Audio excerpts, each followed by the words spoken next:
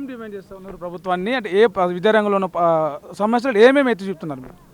ఇవాళ ఉస్మానియా చుట్టూలోని దాదాపు 20 విద్యార్థి సంఘాలన్నీ కూడా ఇవాళ తెలంగాణలో దాదాపు అంటే విద్యారంగానికి సంబంధించి 8,000 కోట్ల పెండింగ్ ఇలా ఫీజు రియంబర్స్మెంట్ కావచ్చు, అదేవిధంగా స్కాలర్షిప్ కావచ్చు, నిధులు విడుదల చేయాలి. ఇప్పటికే విద్యార్థులు అంటే ప్రభుత్వం వచ్చి దాదాపు 2 సంవత్సరాల దగ్గర అవుతా ఉన్నా కూడా ఆనాడు మరి మీరు ఏదైతే ఇలా చేవేళ్ళ డిక్లరేషన్ కావచ్చు, అదేవిధంగా మీ ప్రియాంక గాంధీ సాక్షిగా ఇలా యూత్ డిక్లరేషన్ని సరూర్నగర్లో పెట్టారు.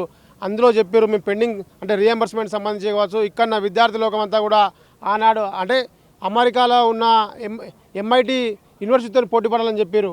మీరు ఎందుకు ఇంతవరకు కూడా ఈ ఫీజు రియంబర్స్మెంట్ సంబంధించి నిధులు రిలీజ్ చేస్తలేదని చెప్పేసి మేము అడుగుతా ఉన్నాం.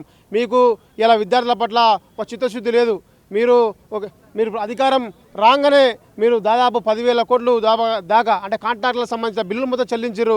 అంతేగాని విద్యార్థులకు సంబంధించిన మీరు ఇలా ఫీజు రియంబర్స్మెంట్ ఎందుకు ఇస్తలేరని చెప్పేసి మేము అడుగుతా ఉన్నాం.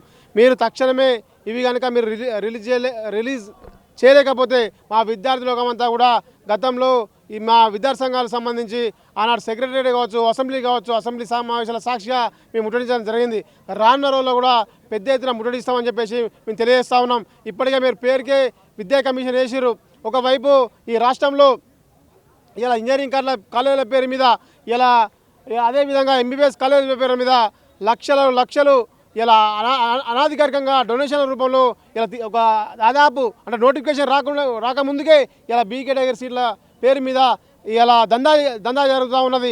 ఎక్కడ ఈ రాష్ట్రానికి సంబంధించిన ఒక విజిలెన్స్ ఎందుకు ఏర్పాటు చేయడం లేదని చెప్పేసి దీన్ని అడుగుతూ ఉన్నాం. అదేవిధంగా ఏదైతే తెలంగాణకు సంబంధించిన ఫీజు రెగ్యులేటరీ కమిషన్ సంబంధించి ఇంతవరకు కూడా వాళ్ళు ఏమైనా ఈ కాలేజీల మీద ఏమైనా ఇన్స్పెక్షన్ చేస్తారని చెప్పేసి మీ సందర్భంగా డిమాండ్ చేస్తాం. తక్షణమే విద్యారంగ సమస్యలు పట్టించుకోవాలి.